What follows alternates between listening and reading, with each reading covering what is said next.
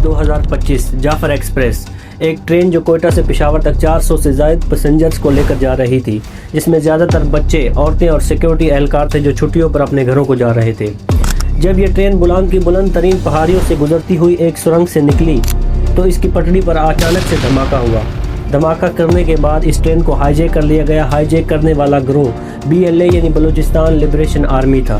Hijack करने के बाद तमाम पैसेंजर्स को उतारा गया, उनकी शनाख्त करके उनको अलग अलग गिरोहों में तकसीम कर दिया गया। गिरोहों में तकसीम करने के बाद BLA के एहलकार एक एक पैसेंजर को साइड पर ले जाते और उन्हें कत्ल कर देते। पाकिस्तान में अंदरूनी तौर पर होने वाले हमलों में से ये एक बहुत बड़ा हमला था। इस ट्रेन हाईजैकिंग के बाद पाकिस्तान आर्मी ने ऑपरेशन ग्रीन बोलान शुरू करके 34 मुसल्लह अफराद को कत्ल कर दिया गया। जाफर एक्सप्रेस की हाईजैकिंग के बाद BLA ने यह दावा किया कि नौशकी में एक बस हमले में उन्होंने 90 से ज़ायद फौजी एहलकारों को कत्ल कर दिया है। इससे पहले 2018 में चाइनीज़ कौंसल खाने पर हमला करके BLA ने 4 लोगों को कत्ल कर दिया। 26 अगस्त 2024 को BLA ने मुख्तलिफ मकामात पर, जिनमें पुलिस स्टेशन, रेलवे लाइन्स और हाईवेज़ पर बसों को रोक कर पैसेंजर्स की ID चेक करके 73 से ज़ायद लोगों को कत्ल किया। 26 अगस्त के इस ऑपरेशन को BLA ने ऑपरेशन हुरूफ का नाम दिया। 26 अगस्त एक ऐसे बलोच रहनुमा की बरसी थी जिसका जिक्र हम आगे चलकर वीडियो में करेंगे। बलूचिस्तान में किए जाने वाले ये चंद वाक़यात थे, लेकिन इसके अलावा भी BLA ने बहुत ही ख़तरनाक और खूनी हमले किए हैं।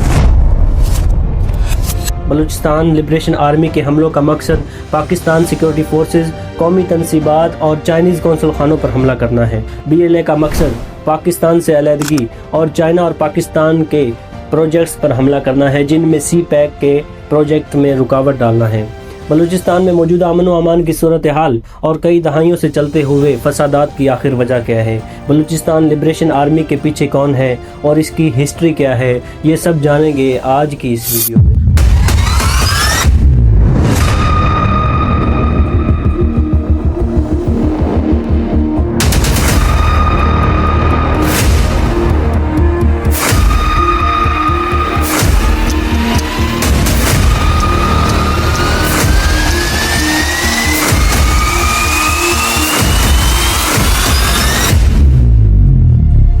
पाकिस्तान का सबसे बड़ा और कुदरती वसाइल से माला माल सूबा बलूचिस्तान, जो आबादी के लिहाज से सबसे छोटा सूबा है। 1947 में बलूचिस्तान शाही जिरगे में ये फैसला किया गया कि बलूचिस्तान पाकिस्तान का हिस्सा होगा, लेकिन रियासत कल्लात के पाकिस्तान में शामिल होने के बाद शहजादा अब्दुल कयूम ने यह कहा कि कल्लात का पाकिस्तान में शामिल होना एक जबरी तौर पर किया गया हुआ काम था, जिसके बायस शहजादा अब्दुल कयूम पहाड़ों का रुख कर गए और पहाड़ों पर चढ़ गए। बलोच रिवायतों में पहाड़ों पर चढ़ना मुजाहिमत की अलामत है। उस वक़्त से बलोच नौजवानों में ये एहसास जोर पकड़ गया कि रियासत की बहाली के लिए कुछ न कुछ अमली काम किया जाए। ये एहसास बेदार हुआ कि कोई न कोई ऐसा प्लेटफार्म ज़रूर होना चाहिए जो बलोच नौजवानों की रहनुमाई करे और उनको मुत्तहद करे। इस मकसद के लिए बलोच रहनुमाओं ने एक ऐसी पार्टी बनाई जिसका नाम नेशनल अवामी पार्टी रखा गया। बलोच रहनुमाओं में सबसे अहम नाम नवाब खैर बख्श मरी, गौस बख्श बजिंजो और अताउल्लाह मेंगल थे। 1960 में सरदार नौरोज़ खान रियासत की पॉलिसियों के खिलाफ पहाड़ों पर चले गए। पहाड़ों से जब उनको नीचे उतारा गया तो उन पर बगावत के मुकदमात दर्ज करके उनको फांसी की सजाएं दे दी गई, जिसकी वजह से बलोच नौजवानों में मज़ीद गम व गुस्सा बढ़ गया और उनको ये एहसास पैदा हुआ कि रियासत को बलूचिस्तान का अमन और बलूचिस्तान की सियासत गवारा नहीं है, इसलिए मुसल्लह तौर पर कुछ ना कुछ जद्दोजहद करनी ज़रूरी है। 1970 में नैब की हुकूमत बलूचिस्तान में कायम हुई, जिसके बाद जुल्फ़िकार अली भुट्टो ने नैब की हुकूमत को घर भेज दिया, क्योंकि इराकी कौंसल खाने में एक बहुत बड़ी तादाद में असलहा बरामद हुआ और नैब के रहनुमाओं पर बगावत के मुकदमात दर्ज कर दिए गए। बलूचिस्तान की हुकूमत को घर भेजने के बाद बलूचिस्तान में मुज़ाहिमत का एक ऐसा आगाज़ हुआ जो आज तक चल रहा है। उसके बाद 1970 में ही बलूचिस्तान लिबरेशन आर्मी की बुनियाद रख दी गई। हमले भी होते रहे, लेकिन कम्युनिकेशन ना होने की वजह से खबरें सामने ना आईं। भुट्टो के बाद जनरल ज़ियाउल हक ने मुल्क में मार्शल लॉ लगाया।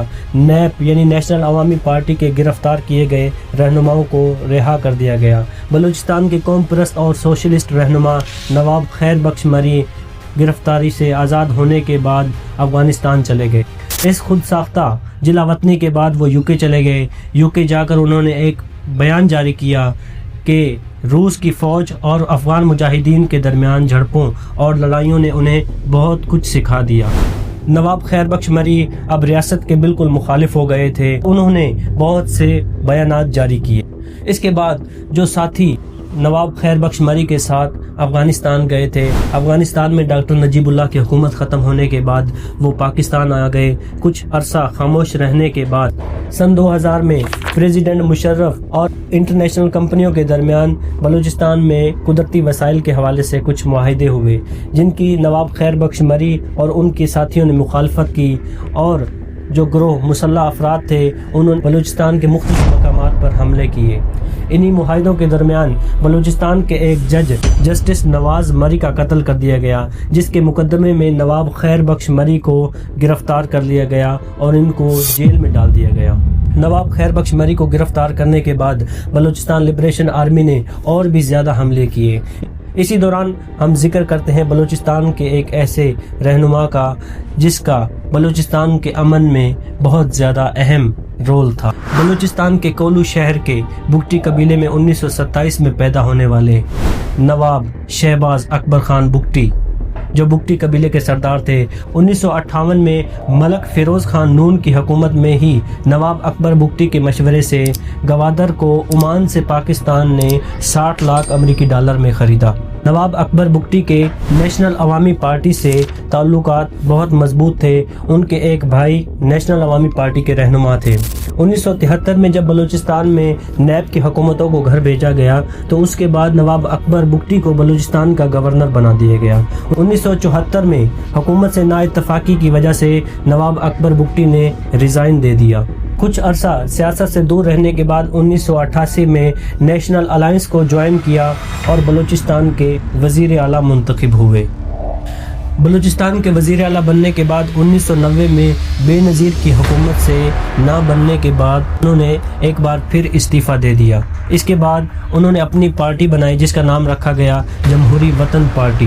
پرویز مشرف کی حکومت کے دوران سوئی گیس کی رائلٹی اور ڈاکٹر شازیہ کے ریپ کیس کے بعد بلوچستان کے حالات مزید خراب ہو گئے۔ بلوچستان میں اکبر بگٹی اور حکومت کے درمیان معاملات مزید بگڑ گئے۔ ڈاکٹر شازیہ کے ریپ کے کیس کا الزام ایک کیپٹن پر لگا جس کا نام تھا کیپٹن حمار۔ بگٹی قبیلے کے لوگوں کی جانب سے یہ کہا گیا کہ کیپٹن کو سخت سے سخت سزا دی جائے، لیکن جنرل پرویز مشرف نے یہ واضح اعلان کر دیا کہ کیپٹن حمار بالکل انوسینٹ ہے۔ اس واقعے کے بعد بگٹی قبیلے کے لوگوں نے سوئی گیس پلانٹ پر ڈاکٹروں سے حملے کیے۔ سوئی گیس پلانٹ پر حملے کے بعد اور بھی بہت سے سرکاری تنصیبات پر حملے کیے گئے۔ ڈاکٹر شازیہ کے ریپ کے کیس کے بعد بلوچستان میں ایک ایسی صورتحال پیدا ہو گئی جس طرح ایک سول وار ہوتی ہے۔ اس واقعے کے بعد سیکیورٹی فورسز اور بگٹی قبیلے کے لوگ آمنے سامنے آ گئے۔ اس کشیدگی کو کم کرنے کے لیے مذاکرات بھی کیے گئے، لیکن اکبر بگٹی کا یہ کہنا تھا کہ ڈاکٹر شازیہ مری کا کیس سب سے پہلے ہے، اس کے بعد ہی کوئی بات ہوگی۔ جب تک مجرم کو پکڑا نہیں جاتا اس سے پہلے کوئی بات نہیں ہوگی۔ مارچ 2005 میں ایک جھڑپ میں کئی درجن فوجی اہلکاروں کو قتل کر دیا گیا۔ اس کے بعد 17 مارچ 2005 کو ایک فوجی آپریشن شروع کیا گیا ڈیرہ بگٹی میں، جس میں تقریباً 30 سے زائد ہلاکتیں ہوئیں۔ اسی دوران ایک پارلیمانی کمیٹی بنائی گئی جس میں اس وقت کے پارلیمنٹ میں موجود اراکین نثار میمن، شیری رحمان اور دوسرے اراکین شامل تھے۔ پارلیمانی کمیٹی نے نواب اکبر بگٹی سے ملاقات کی۔ ملاقات کے دوران اکبر بگٹی نے گولہ باری سے متاثرہ تمام مکانات دکھائے۔ اس وقت موجود اکبر بگٹی کے بیٹے جمیل بگٹی نے پارلیمانی کمیٹی کو بتایا کہ آرمی نے اکبر بگٹی کو قتل کرنے کی کوشش کی۔ ڈیرہ بگٹی میں حملے کے بعد بگٹی قبیلے کے لوگوں نے آرمی کے دستوں کا گھیراؤ کر لیا۔ اس کے بعد ایک اور مذاکراتی کمیٹی بنائی گئی جس میں مشاہد حسین اور چودھری شجاعت شامل تھے، جنہوں نے بگٹی قبیلے کے سردار نواب اکبر بگٹی سے ملاقات کی۔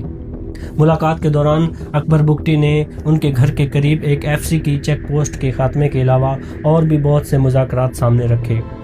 کمیٹی کے پاس کوئی اختیار نہیں تھے، اس لیے مذاکرات ناکام ہوئے۔ اکبر کے نعرے ساحل اور وسائل پر صرف بلوچستان کے لوگوں کا حق ہے، اس نعرے نے بلوچ نوجوانوں کو متحد کیا۔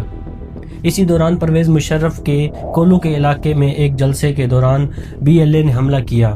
मुशाहिद हुसैन इस वाक़े को टर्निंग पॉइंट करार देते हैं। जनरल परवेज़ मुशर्रफ ने इस हमले के दौरान वाज़ेह तौर पर पैगाम जारी किया और ये कहा कि आप लोगों को पता भी नहीं चला कि आपको किस तरफ से हिट किया गया। इस हमले के बाद एक बार फिर एक फौजी ऑपरेशन शुरू किया गया। इसी दौरान जनरल परवेज़ मुशर्रफ और अकबर बुगटी के दरमियान एक मुलाकात भी रखी गई। मुलाकात के लिए एक जहाज़ अकबर बुगटी के लिए डेरा बुगटी भेजा गया, लेकिन मीटिंग के रोज़ ही ये कहा गया कि जो जहाज़ अकबर बुगटी को लेने गया था वो ख़राब हो गया है। जब मीटिंग कैंसिल हो गई तो जमील बुगटी के कहने के मुताबिक वो जहाज़ उसी एयरपोर्ट से उड़कर वापस आ गया। इसका मतलब ये था कि मीटिंग को जानबूझकर कैंसिल किया गया। हुकूमत कोई मुज़ाकरात नहीं चाहती थी, इसलिए ये मीटिंग कैंसिल की गई।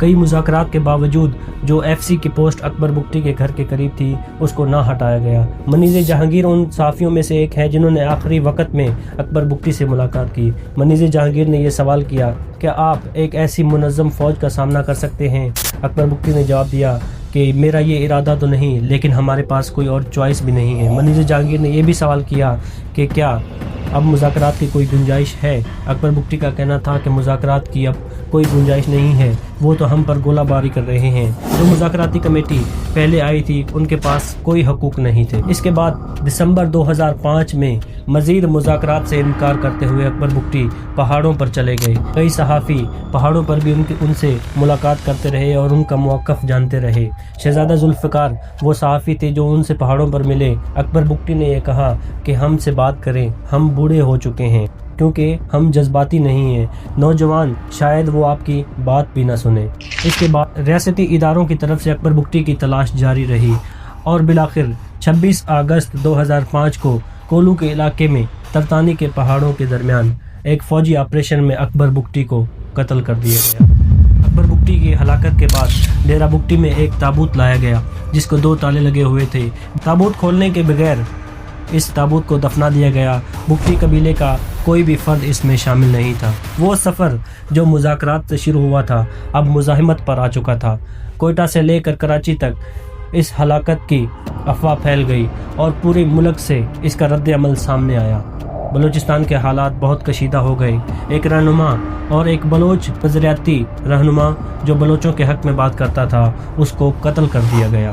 पहाड़ों पर मौजूद अस्करी सोच रखने वालों की सोच को फ़रोग़ मिला और BLA ने अपनी कार्रवाइयाँ मज़ीद तेज़ कर दी गई। इस हलाकत के बाद बलूचिस्तान में बगावत की एक ऐसी लहर उठी जो अब तक चल रही है, लेकिन कुछ अरसे के लिए। 1948 में 1-2 साल हालात ख़राब रहे, फिर उसके बाद 1973 में, फिर मार्शल लॉ के बाद भी कुछ वक्त के लिए हालात ख़राब हुए, लेकिन 2005 से उठने वाली इस लहर ने अब मज़ीद शिद्दत इख्तियार कर ली है।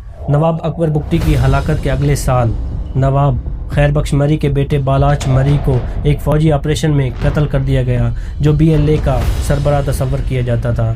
26 अगस्त 2024 को ऑपरेशन हुरूफ, जिसमें 73 से ज़ायद लोगों को शहीद कर दिया गया, नवाब अकबर बुगटी की बरसी के हवाले से ये वाक़यात हुए थे। इन वाक़यात के बाद BLA मज़ीद मुनज़्ज़म और मज़ीद मजबूत हो गई। अफ़गानिस्तान में जो अमेरिका के हथियार बचे थे उनको इस्तेमाल करते हुए BLA अब मज़ीद कॉम्प्लेक्स हमले कर रही है। बलूचिस्तान लिबरेशन आर्मी को इस वक्त बशीर ज़ेब लीड कर रहा है। इससे पहले असलम बलोच था जिसको 2018 में एक फ़ौजी ऑपरेशन में कत्ल कर दिया गया। बशीर ज़ेब बलूचिस्तान स्टूडेंट ऑर्गेनाइजेशन का लीडर भी रहा है। बलूचिस्तान लिबरेशन आर्मी ने मजीद ब्रिगेड बनाई जो उस वक्त मशहूर हुई जब 2022 में कराची यूनिवर्सिटी में चाइनीज़ पर एक खुदकुश औरत ने हमला किया जिसका नाम था शेरी बलोच। BLA ने बलोच नौजवानों में बहुत मकबूलियत हासिल की है क्योंकि पढ़े लिखे नौजवान ये समझते हैं कि उनके सर्वाइवल का ज़रिया सिर्फ़ और सिर्फ हथियार है। बलोच नौजवान कहीं ना कहीं बलूचिस्तान लिबरेशन आर्मी के लिए अपने दिल में एहसास ज़रूर रखते हैं, लेकिन बलूचिस्तान लिबरेशन आर्मी उनका ये नारा है कि वो पाकिस्तान से बलूचिस्तान को आज़ाद करवाएंगे, लेकिन देखा जाए वो प्रोजेक्ट जो बलूचिस्तान के लोगों के हक़ के लिए बनाए गए हैं उन्हीं को निशाना बना रहे हैं और बलूचिस्तान के लोगों का ही नुकसान कर रहे हैं। बलूचिस्तान के नौजवानों को हमेशा एहसास महरूमी दिलवाई गई है, लेकिन इसके बरक्स गवर्नमेंट ऑफ पाकिस्तान और पाकिस्तान आर्मी ने मिलकर 969 नए प्रोजेक्ट्स का इफ्तिताह किया है जिनमें ज़्यादातर फोकस हेल्थ, इंफ्रास्ट्रक्चर और एजुकेशन पर दिया गया है। इन सब मंसूबों के अलावा बलोच नौजवानों के लिए और भी बहुत से काम करने की ज़रूरत है। बलोच नौजवानों में एहसास महरूमी को कम करने की ज़रूरत है। بلوچستان میں سیاسی صورتحال کو بہتر بنانے کی ضرورت ہے۔ بلوچستان کی سیاسی صورتحال بہت ہی پیچیدہ ہو چکی ہے۔ آپ سب کی نظر میں بلوچستان کی سیاسی صورتحال اور امن امان کے لیے کون سے ایسے اسٹیپس ہیں جو گورنمنٹ کو اٹھانے چاہیے؟ آپ کی رائے بہت ہی اہم ثابت ہو سکتی ہے۔